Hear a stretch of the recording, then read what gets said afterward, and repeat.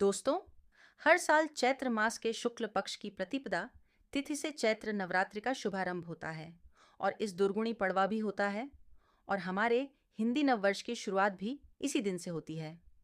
आइए जानते हैं, साल 2026 में चैत्र नवरात्रि कब से प्रारंभ होगी, कब समाप्त होंगी, अष्टमी और नवमी तिथि कब रहेंगी और नवरात्रि की सरल पूजा विधि के बारे में भी।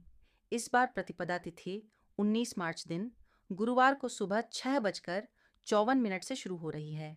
इससे पहले तक अमावस्या तिथि रहेगी। प्रतिपदा तिथि का समापन होगा 20 मार्च शुक्रवार को सुबह 4:52 से, क्योंकि गुरुवार से इस बार चैत्र नवरात्रि शुरू हो रही है। ऐसे में क्या महिलाएं इस दिन सिर से स्नान कर सकती हैं, यह भी आप आगे वीडियो में जानेंगे। उदय तिथि के अनुसार प्रतिपदा तिथि 19 मार्च गुरुवार से है, तो इस बार चैत्र नवरात्रि 19 मार्च दिन गुरुवार से शुरू होंगी और नवरात्रि व्रत का समापन होगा 27 मार्च शुक्रवार को नवमी के दिन। और क्योंकि इस बार गुरुवार के दिन से नवरात्रि शुरू हो रही हैं, तो इस बार माता की सवारी पालकी होगी। पालकी पर सवार होकर आना बहुत ज़्यादा शुभ नहीं माना जाता, लेकिन ऐसे में यदि भक्त 9 दिनों में विधि विधान से माता की पूजा अर्चना करते हैं और नियमों का पालन करते हुए कथाओं का श्रवण या व्रत रखते हैं, तो उनके जीवन में शुभता आ सकती है।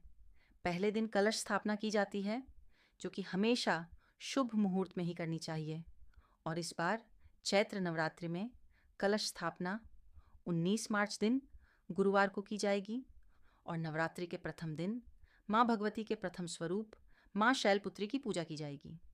कलश स्थापना 2 शुभ मुहूर्त में की जा सकती है, जिसमें पहला शुभ मुहूर्त सुबह 6:54 से 7:43 रहेगा।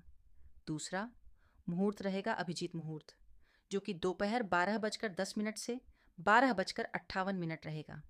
कलश स्थापना यदि आप सुबह के समय कर रहे हैं तो ध्यान रखिएगा, सुबह 6:43 तक अमावस्या तिथि रहेगी, तो इसलिए अमावस्या तिथि में कलश की स्थापना करने से बचें और जो भी शुभ मुहूर्त बताए गए हैं उसी में कलश की स्थापना कर सकते हैं। क्योंकि गुरुवार से नवरात्रि शुरू हो रही हैं, ऐसे में कुछ नियम ऐसे हैं जो महिलाओं को पालन करने होते हैं।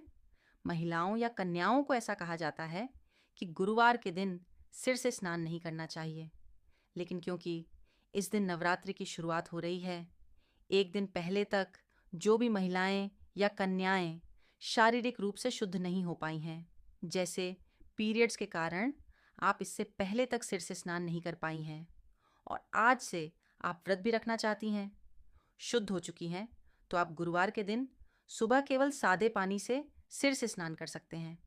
अगर संभव हो तो किसी पवित्र नदी के जल में डुबकी ज़रूर लगाएं, क्योंकि इस दिन अमावस्या का स्नान भी होगा। इस बार अष्टमी और नवमी तिथि को लेकर भी बहुत ज़्यादा असमंजस रहेगा, क्योंकि दोनों ही तिथियां 2 दिन पड़ रही हैं।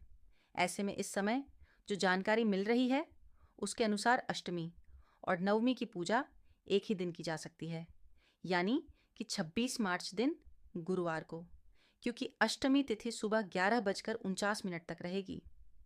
इसके बाद में नवमी तिथि प्रारंभ होगी और अगर पंचांग के अनुसार बात करें तो नवमी तिथि 27 मार्च शुक्रवार को सुबह 10:07 तक रहेगी।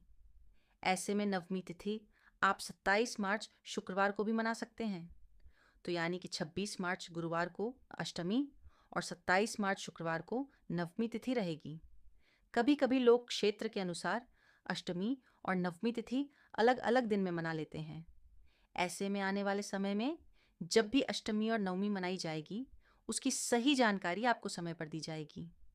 अभी तक प्राप्त जानकारी आपको हिंदी पंचांग के अनुसार दी गई है। नवरात्रि के पहले दिन कलश की स्थापना करके व्रत का शुभारंभ किया जाता है और मान्यताओं के अनुसार अष्टमी को कन्या पूजन करके, तो कुछ जगह पर नवमी के दिन कन्या पूजन करके फिर नवरात्रि व्रत पूर्ण हो जाते हैं। नवरात्रि व्रत का समापन हो जाता है और अगले दिन कलश विसर्जन और दुर्गा विसर्जन करके